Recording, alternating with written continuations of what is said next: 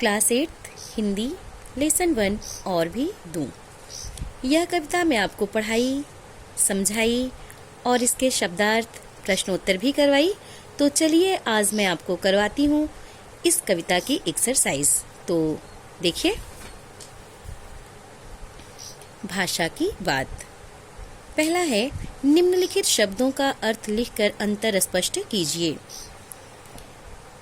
ये देखिए, भाव और भव, ये भाव और भव, ये दो शब्द हैं, भाव और भव।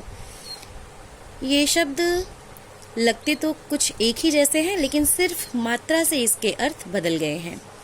भाव मीन्स होता है एहसास और भव मीन्स होता है माया मोह। फिर देखिए, रात और रत। रात मीन्स होता है रात्रि और रत मीन्स होता है लिप्त या लगा हुआ। फिर है आपका बैर और बेर। इसमें भी देखिए सिर्फ मात्रा से ही इसके अर्थ बदले हैं। बैर मीन्स होता है शत्रुता या दुश्मनी, और बेर मीन्स होता है, ये बेर एक फल होता है, तो बेर मीन्स एक फल। और गृह और ग्रह, तो गृह मीन्स होता है घर, और ग्रह का मतलब है ये सौरमंडल के 9 प्रधान तारे। नेक्स्ट देखिए, ये दूसरा है, वर्ग पहेली में से नीचे दिए गए शब्दों के विलोम शब्द छांटकर लिखिए। तो ये एक वर्ग पहेली है, ये वर्ग पहेली दी गई है, इसका एक वर्ग बनाया गया है। देखिए ये बॉक्स बना है, इसमें वर्ग पहेली में से नीचे दिए गए शब्दों के विलोम शब्द छांटकर लिखिए। ये एक वर्ग पहेली है और ये नीचे इससे रिलेटेड शब्द आपको दिए गए हैं। ये उपकार, कृतज्ञ, कुमार्ग, जीवन, इन शब्दों के विलोम शब्द क्या होंगे ये आपको इस वर्ग पहेली से छांटना है, देखना है, बनाना है। तो देखिए, उपकार शब्द का विलोम शब्द क्या होगा, आप इस वर्ग पहेली में देखिए, खोजिए। तो ये देखिए मिल गया, अपकार। तो उपकार शब्द का विलोम शब्द हुआ अपकार। फिर देखिए, कुमार शब्द का विलोम शब्द क्या होगा, इसको पहले चलिए चलते हैं, इसमें से खोजते हैं। कुमार्ग का विलोम शब्द ये देखिए, ये मिल गया, सुमार्ग। तो कुमार शब्द का विलोम शब्द होगा सुमार्ग। फिर है कृतज्ञ शब्द का विलोम शब्द क्या होगा, पहले इसको इसमें से खोजिए। ये देखिए, ये मिल गया, कृतज्ञ।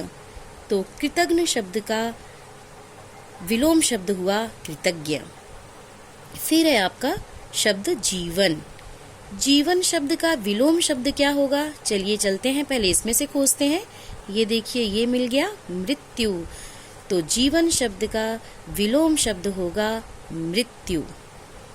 फिर है आपका देखिए तीसरा क्वेश्चन, नीचे लिखे शब्दों को ध्यान से पढ़िए और जिन वर्णों की आवृत्ति हुई है उन्हें लिखिए। आवृत्ति मीन्स होता है जो लगातार आए, जैसे सरल, सत्य। तो ये इन दोनों शब्दों में किस वर्ण की आवृत्ति हुई है, मतलब कौन सा वर्ण ऐसा है जो बार बार आया है, सा वर्ण। देखिए, सरल शब्द में भी ये सा आया है और सत्य शब्द में भी ये सा आया है, तो इसलिए किस वर्ण की आवृत्ति हुई, सा वर्ण की। तो ऐसे ही देखिए, क्रूर, कुमार्ग, क्रूर शब्द में कौन सा वर्ण आया है, का आया है, और कुमार्ग में भी कौन सा वर्ण आया है, का आया है। तो इन दोनों शब्दों में किस वर्ण की आवृत्ति हुई है लगातार, ये देखिए का वर्ण की, तो इसलिए यहाँ पे हम का लिख देंगे। गुण और ग्रहण, इन दोनों में किस वर्ण की आवृत्ति बार बार हुई है, जो दोनों शब्दों में हुई हो, तो ये है गा। तो गुण में भी गा है और ग्रहण में भी गा है, तो यहाँ हो जाएगा ग। दीन, दुखी, ये दो शब्द हैं, दीन और दुखी। तो दीन शब्द में भी दा वर्ण है और दुखी में भी ये दा वर्ण है, तो किस वर्ण की आवृत्ति हुई इन दोनों शब्दों में लगातार, दा वर्ण की, तो हो गया यहाँ पे द। इसी तरह से देखिए, रत और रहा, ये दो शब्द हैं, रत और रहा।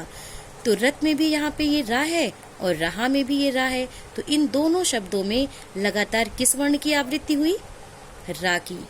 इसमें भी रा है और इस शब्द में भी रा है, तो इसलिए यहाँ पे हो गया ये रा।